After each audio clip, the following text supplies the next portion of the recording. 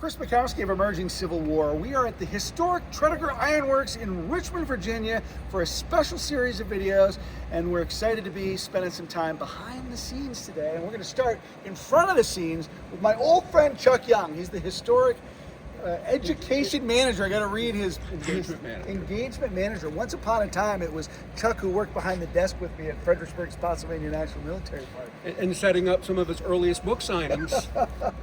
And so tell us a little bit about what you do here at Tredegar, Chuck. As the historic engagement manager, my job is to develop new interactive programs for our walk-in visitors outside of our school programs, which you may have seen when you arrived today. But just some of the small interactions we can have, maybe 5-10 minutes with our visitors, to give them a little more than just the sterile going through the exhibits type of visit. So things like our Tredegar History Tour, which is a guided tour of the Tredegar site.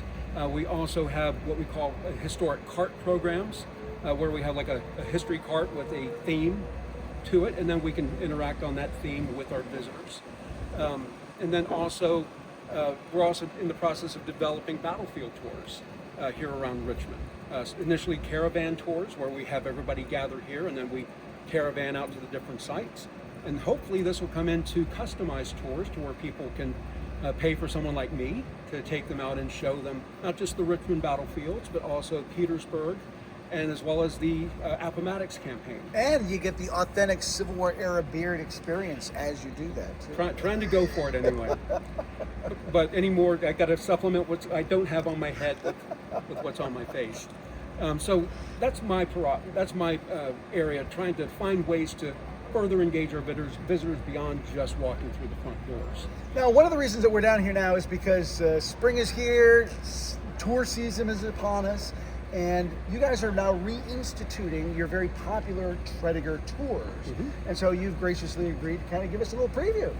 Well, we have 3 different versions, but I'm going to go with the basic one first, which is basically talking about the site and using the remaining buildings that we have here on the site from the Tredegar Iron Works, which was in existence for 120 years, from 1837 until 1957. Now, how many buildings are still here? Because there's a lot on the grounds that we can explore. There are about 6 remaining of the over 50 buildings that were on this site over the course of those 120 years. Unfortunately, the site closed in 1957, and it sat vacant for about 15 years until 1972. And of course, various instances where the river was flooding, did some damage to the site. Young Richmond hooligans coming down and vandalizing the site, setting fires, that sort of thing. But in 1972, when Hurricane Agnes came through Richmond, packing high winds, dumping heavy rains, that caused many of the roofs on the surviving buildings to collapse. And it just sat in that dilapidated condition for about 3 or 4 years. Hurricane Agnes was pretty hard on this site, but fortunately some forethought by some conscientious, history-minded folks really did a lot to rehabilitate it. Absolutely. Our benefactors, the site owners, Newmarket Corporation, they saw the wisdom in saving this property, that they knew its roots to Richmond history and to Civil War history, that it certainly deserved better than to just sit in a dilapidated state.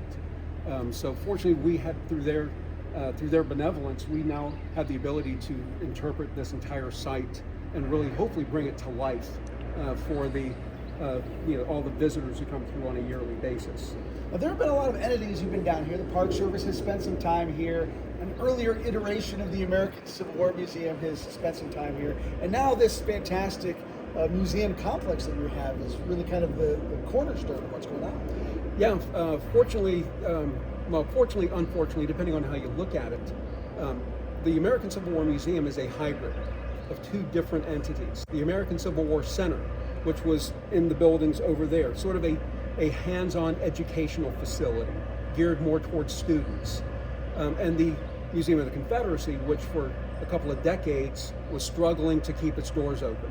So rather than close the doors, there was a merger in 2013 between the American Civil War Center and the Museum of the Confederacy, bringing the 2 organizations together. And until 2019, we were operating in 2 separate locations. The American Civil War Center location, as well as the Museum of the Confederacy location. But finally, once this building, its construction was completed in 2019, we were finally able to merge the 2 structures together into one American Civil War Museum. So it's been a long process, but finally we have what we believe is the truly outstanding Civil War experience.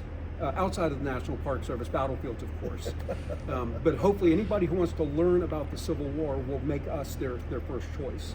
And we're going to spend some time looking at the museum in another video as part of this series. But what we want to do now is kind of walk the property, because Tredegar was really part of the heart and soul of the Confederate war effort because of the industrial capabilities here. And there's still a lot of that story that's left on this ground. Absolutely, and it's not a stretch to say that without Tredegar Iron Works production, there really isn't much of a Confederate military. About half of all the Confederacy's cannons come off this site.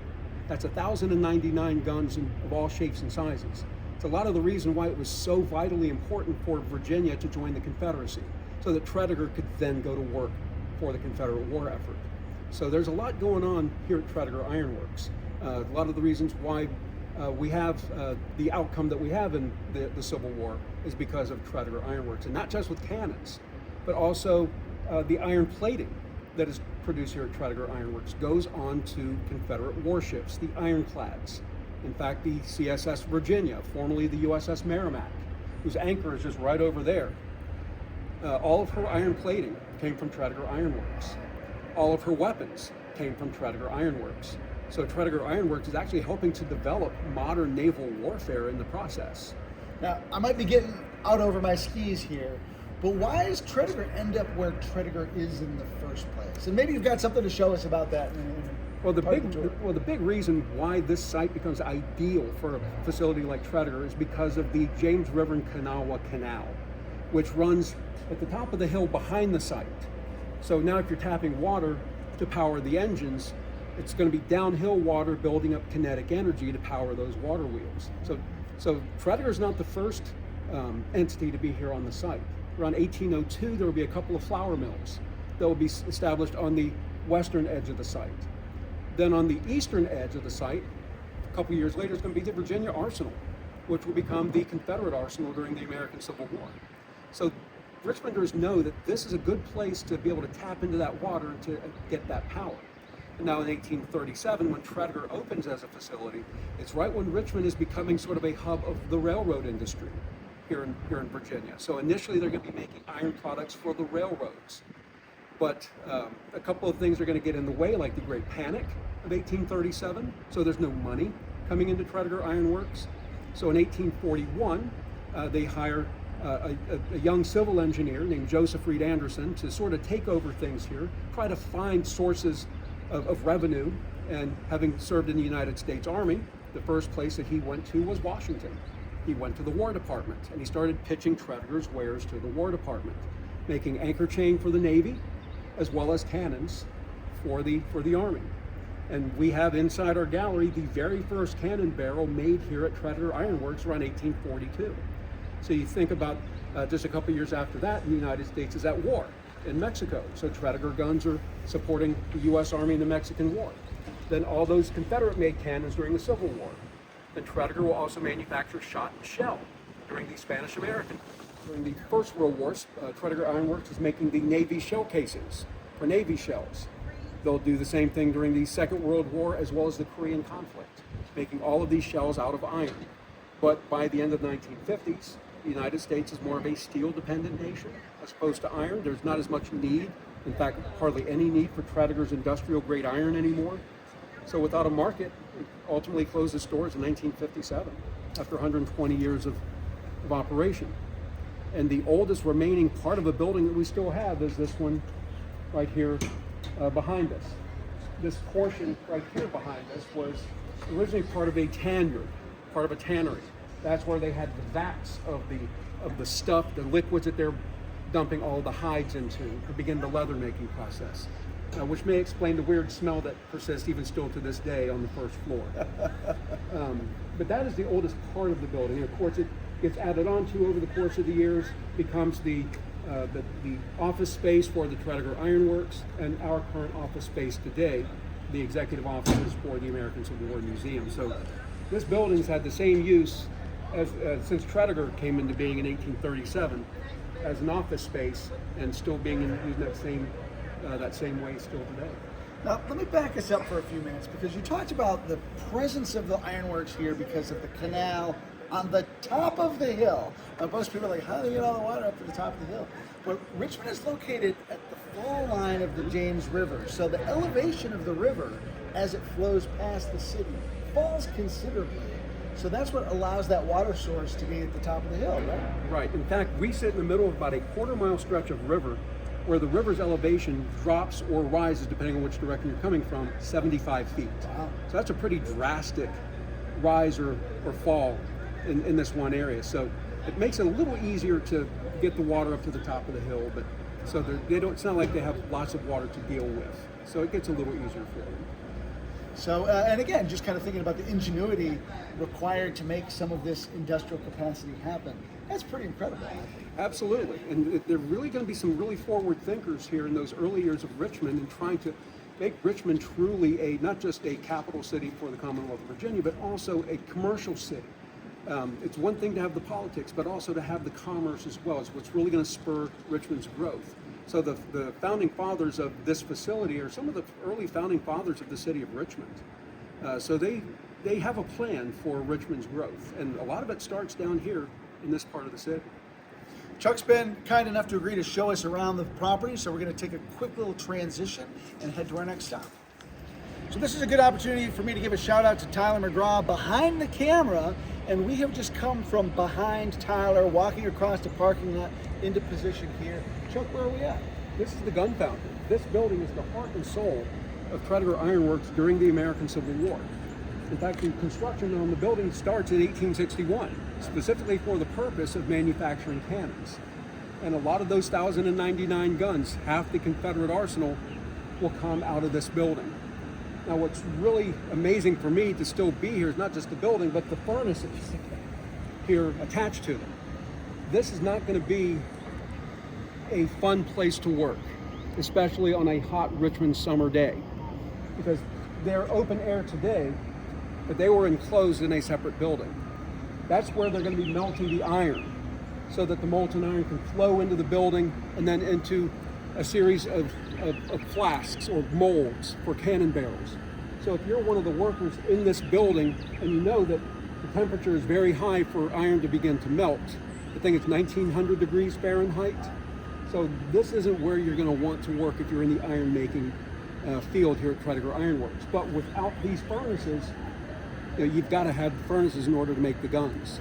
So these are arguably some of the most important workers at Tredegar because they're the ones who are starting the process. What can you tell me about that workforce? Well, for this type of work, you're primarily going to have a lot of the enslaved workers working here in the shoveling the coal into the fireboxes, make sure that the fires are being tended to, cuddling the iron as it's starting to melt, making sure that it doesn't clump, making sure it's a nice smooth pour into the building. But we also know the enslaved workers are also working in the blacksmith shop, and they're working in some of the other mills that were on this site as well. But it's primarily going to be the master iron workers who are going to be on the inside doing the finishing work on the molding of cannons. And something else that makes Tredegar very significant and unique during the Civil War, it's what we like to call a one-stop cannon shop. Tredegar is the only facility in all of the Confederate states that can not just make cannon barrels, but they can also do all the finishing work on all the cannon barrels. They also have a carriage shop where they can make both field and seagoing carriages. So really the Confederacy can order a completely manufactured gun here on this one site. So, and again, Tredegar is the only site that can do that in all the Confederacy. Again, another reason why Tredegar is so important to the Confederacy's ability to wage war. When I think about those calls on to Richmond early in the war, and we kind of think of that as like capture the Confederate capital, hooray, win the war kind of thing. But like the infrastructure here, it's not just the politics, right. It's the infrastructure like this that makes Richmond so crucial. It is the industrial and capital of the Confederacy. If you can destroy the Tredegar Iron Works and any of the networks of the railroads that converge here at Richmond, you're really going to cripple the Confederate infrastructure.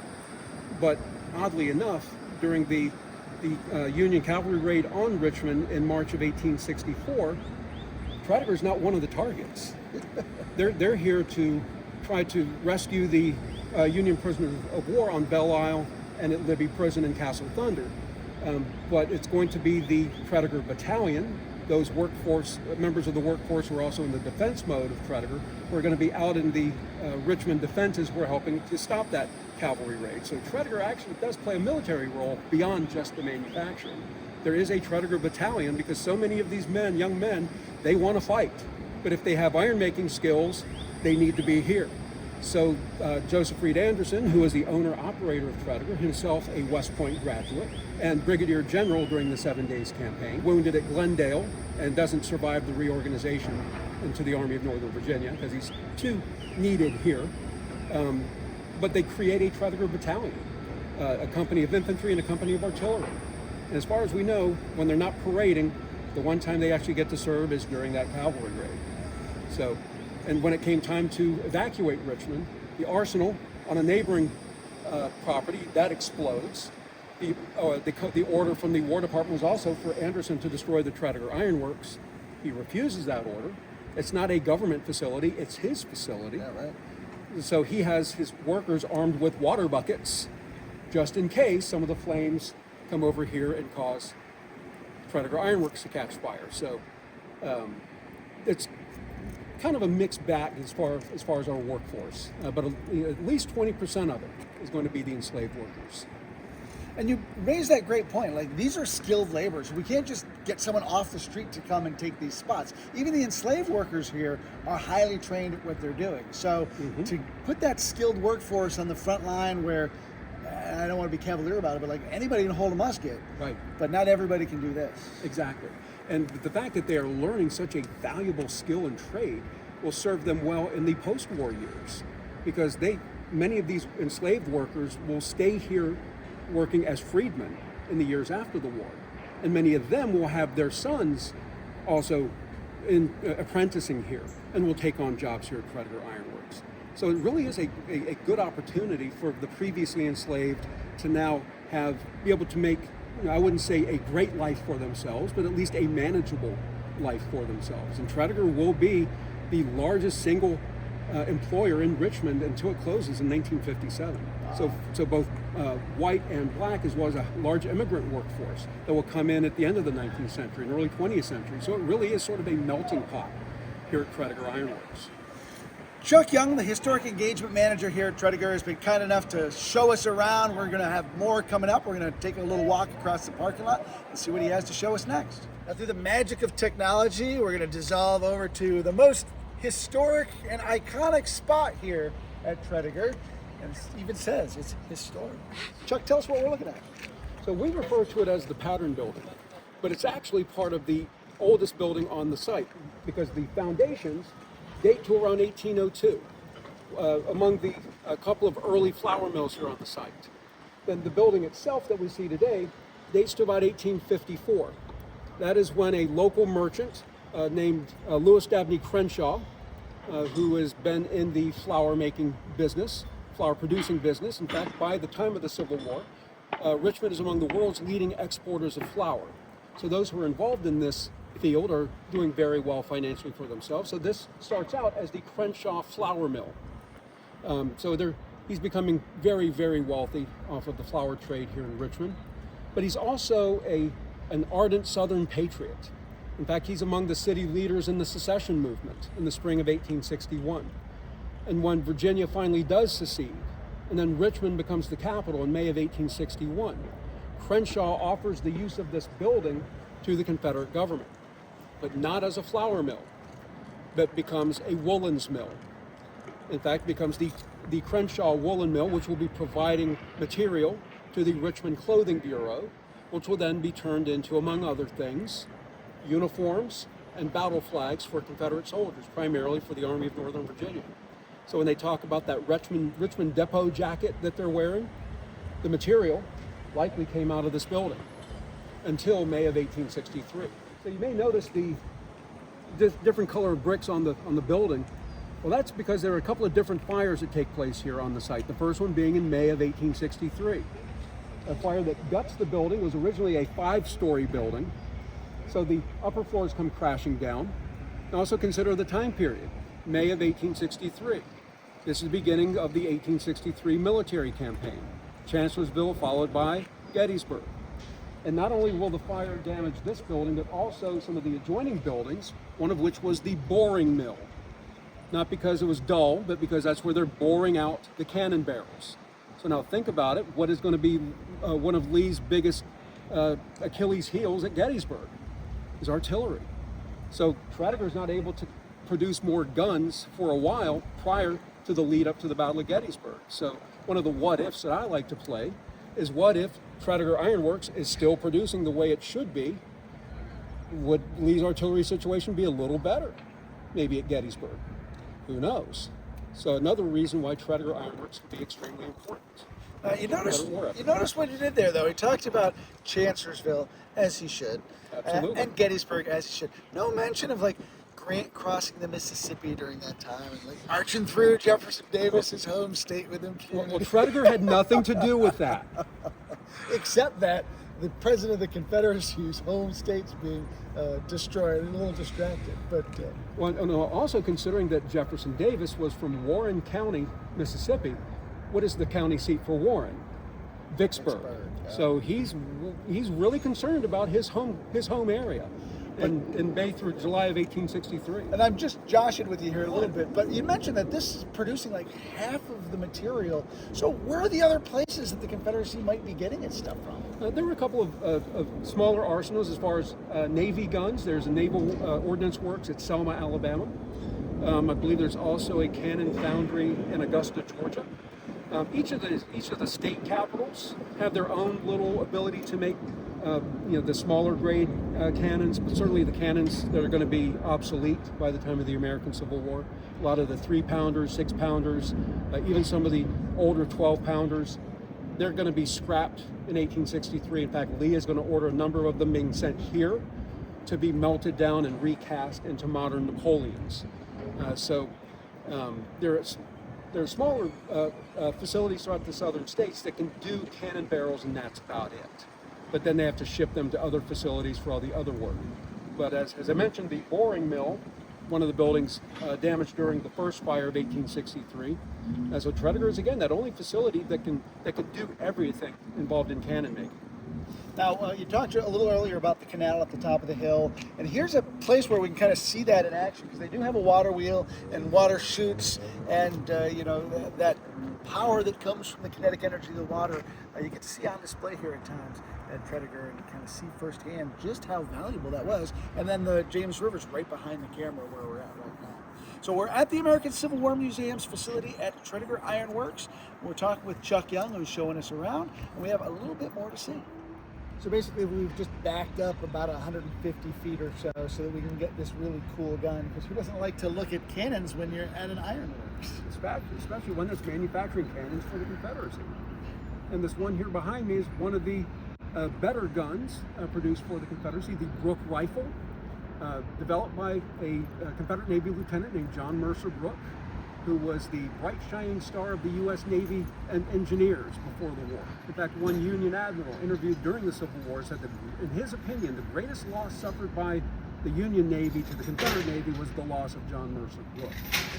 He was studying under the direct guidance of the Pathfinder of the Sea, Matthew Fontaine Moore. So he was a protege of arguably the most talented Navy engineer of his era.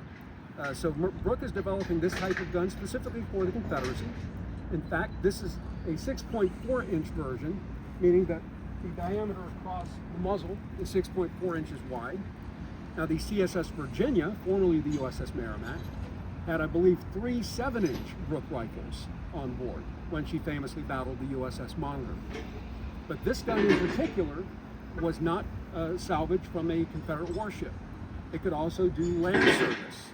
And this one, according to the provenance, was recovered from the Chaffin's Bluff defenses, just south of Richmond across the river from Drury's Bluff. So this is one of the guns that's helping keep the U.S. warships, like the Monitor, from making it up the James River to do damage to Richmond. So many of those who are scholars of heavy ordnance, they say the Brooke rifle is probably the best of the best being made for the Confederacy. And Tredegar is one of only 2 facilities making this gun, the other one being the Selma Navy Works down in Alabama. This is kind of like a jewel of the collection here. I think so anyway. I think our Director of Collections, Robert Hancock, might disagree because he gets to handle all the cool stuff. He gets all the cool stuff. That's right. But I do love the cannons that our good friends from the Richmond National Battlefield have left on the property for historians like myself to talk about. In fact, one of our Tredegar history tours that has sort of evolved off of the one we're talking about today focuses on all the cannons that we have here in our collection, including the Clark gun that we have in our lobby, and we actually have a Whitworth tube in our collection as well, which gives me a different type of tour to be able to offer.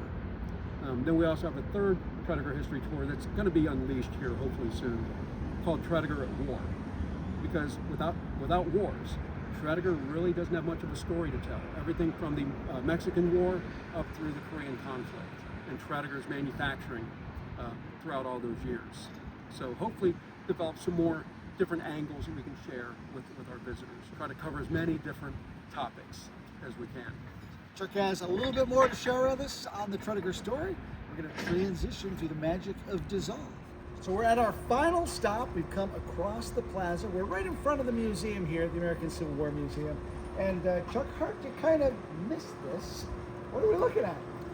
Well, obviously a very large anchor, but when it was cast in 1854 for the United States Navy, it was for the USS Merrimack, who was a steam frigate, a pride of the U.S. Navy. And of course, students of the American Civil War know the story of the Merrimack being converted by the Confederate Navy into the ironclad CSS Virginia. Now, as a result of the fighting at the Battle of Hampton Roads on March 8th and 9th of 1862, Virginia was heavily damaged. She was not able to completely maneuver well. I believe it took her about an hour to make a 360-degree turn. So when they came time to evacuate the Gosport Navy Yard near Navy Station Norfolk today, the Virginia was too badly damaged to make the trip up to Richmond. So they packed her full of explosives and blew her up. So the anchor and her propeller shaft, which we also maintain at our White House of the Confederacy location here in Richmond, were salvaged in the early 20th century, and because they were causing a problem for navigation there from where the James River enters Hampton Roads, and they donated the anchor and the propeller shaft to the Civil War Museum, as it was called back then, which becomes the Museum of the Confederacy, which then merges and becomes part of the American Civil War Museum. So for many years, this anchor was seen up at the White House of the Confederacy location, but when we opened this building in May of 2019, the anchor came with us. And now we have a real centerpiece, really, for people to see before they even enter into what we consider to be the premier Civil War museum in the United States. So, Chuck, you've given us a taste of what it's like to walk the grounds for one of the tours here. Mm-hmm. But if folks want to come and explore this for themselves and go on one of the Tredegar tours, what would you recommend? After Memorial Day weekend, we'll be offering it every day. So we'll have the Tredegar history tours at 11 and 3, and we'll also have a musket firing demonstration in between at 1 o'clock. So for our walk-in visitors, we'll have 3 different opportunities for them to expand their experience beyond just going through the museum galleries. And I'm not just saying this because I'm standing here with my old friend here, but if you come to Richmond, this is really the first place you should come to get yourself oriented to the story of Richmond, to the battlefields, then head over and see our friends at Richmond National Battlefield, and then get you oriented to the battlefields that are outside of town. But this is a great place in the city to come and get yourself oriented, not only to the Richmond story, but the story of the war itself. Exactly, and that's always been our mission, especially when the Park Service was here as our neighbors. We focus on the big picture story of the war, the macro story, while they focus on Civil War Richmond and the battlefields especially. But most of our visitors, especially since the summer of 2020, when the monument started coming down and became national news, people have been wanting to know why. They don't understand the context. They really don't understand the Civil War. So when people assume that our business has declined because of it, it's actually been enhanced because they're coming here to want to know what's going on? Why is this significant? So we're kind of filling in those gaps. So we've always been geared more towards the casual visitor, somebody who wants to understand it as opposed to doing deep dives into different aspects of the war. we're just kind of a big picture museum, and I think that that's the most what most people are looking for. Except for people like you and myself who've been studying this for just about all our lives. We certainly would appreciate this, but I think we would want to go a little deeper. But this is great for the casual visitor who just wants to know a little more about the Civil War. And we focus on the people story. We're not focusing on the tactics or anything like that, and not just the famous people. I mean, certainly, as you'll see when you go through the galleries, we've got stuff from famous people. We've got Lee, we've got Grant, we've got Jackson, we've got Stewart. But we focus on the stories of the average person, because hopefully we, all being average people, can find a story that we can connect with and kind of personalize the experience. And once we're feeling a subject, it makes us want to learn more about it. So hopefully we can plant that seed that will lead to years of further self-study. So we're not here to be the be-all and end-all authority on everything. We want to get you started. It's a great starting point. We're going to highlight more of the features and cool stuff that they have here at the American Civil War Museum in Richmond coming up as part of this series. I want to say thanks to my friend Chuck Young. We've known each other a long time. What a privilege to spend some time on the ground with you. Thanks to Tyler McGraw behind the camera, and thank you for being with us today. I'm Chris Mackowski for Emerging Civil War. We'll see you online and on the battlefield.